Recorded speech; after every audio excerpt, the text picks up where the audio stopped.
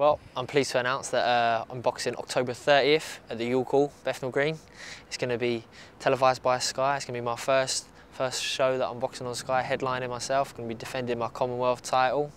So it's really exciting. It's going to be a great show, and really looking forward to getting back in action in London, where everyone's going to be able to come out and see me box. They don't have to travel to my last fight, but a few people had to travel all the way to America to see me box. This time they don't have to come far at all.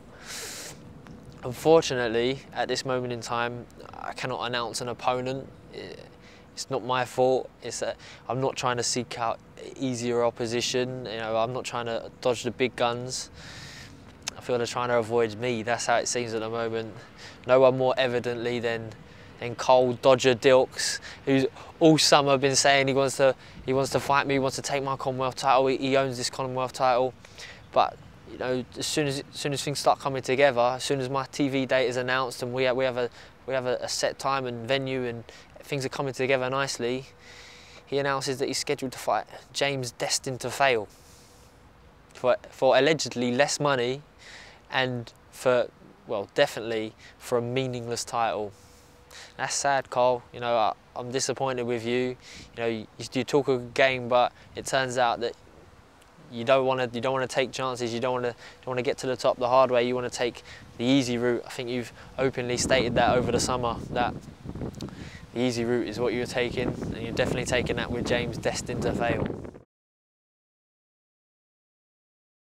My old friend, James Destined to Fail. He's boxing.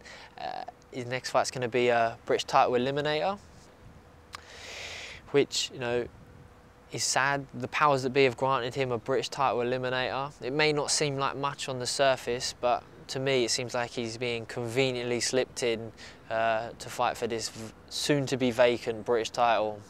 He's openly stated about how his stablemate, his best friend, his lifelong partner Paul Smith's going to be vacating after his next fight, you know, due to the fact that he's going to be boxing for bigger and better things, and providing that he comes through unscathed against Dynamite Dodger Dilks, which, you know, he probably will do, you know, even though it's hard to believe. You know, the way he boxes, you'd think he was being trained by Peggy Mitchell, you know, in the handbag section of TK Maxx. You know, you get that from the way he's bitching inside and outside the ring. If this happens, it will be scandalous. Anderson Quigley, this is a final eliminator. Two really nice guys, I know them both, but again, the powers that be, why is this a final eliminator? Quigley has been nominated for it off the basis of losing the British title, and Anderson, you've had what, maybe one fight in 18 months, 2 fights in 2 years. Please, like, I think the pair of you, one of you should sit down and write a heartfelt letter to the board, you know, stating that I should be mandatory for this British title, that neither of you two, although that you're two nice guys and you're two good fighters, that you don't deserve it. I should be in front of both of you. And I think if you do that, justice will be served. Please, I'm asking you, please. Poor old Paul Smith. The clock is ticking, my friend. I'm sorry. Again, the powers that be have allowed you to box an unranked middleweight in your next super middleweight contest, you know, and I think this is your 3rd time you're going to win it outright. Now that is sad. Look at all these names I'm mentioning, all these worthy challengers, and you've been allowed to box this unranked middleweight. That's sad. You know, they're talking about, they're talking about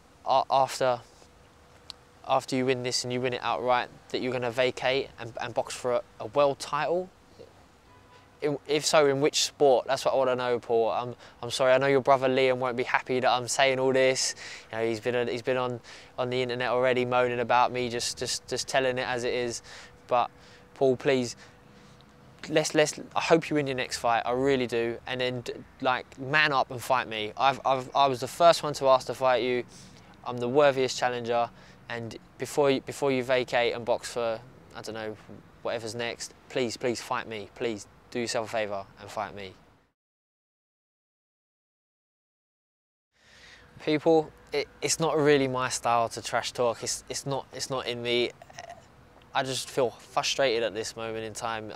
and I feel I need to explain the situation. You know, people were asking me when am I going to be fighting for the British title, and I don't want people to think that I'm trying to avoid that all these guys are in the British title mix and I'm not in there. It's not the case. I'm being phased out. The reason that I don't have an opponent yet for the Commonwealth title defence, you know, on October 30th, is because these guys are tied up with this British title. I feel I'm being avoided, but don't panic. You know, the team are working on it now. We're going to bring in we're going to have some real top quality opposition for me on October 30th. You know, whether we have to ship them in from Australia, Canada, Africa, wherever, we'll get someone, and it's going to be a really good show. So this is just me, you know, laying down telling the world that what needs to be said, and I feel a lot better now for getting that off my chest.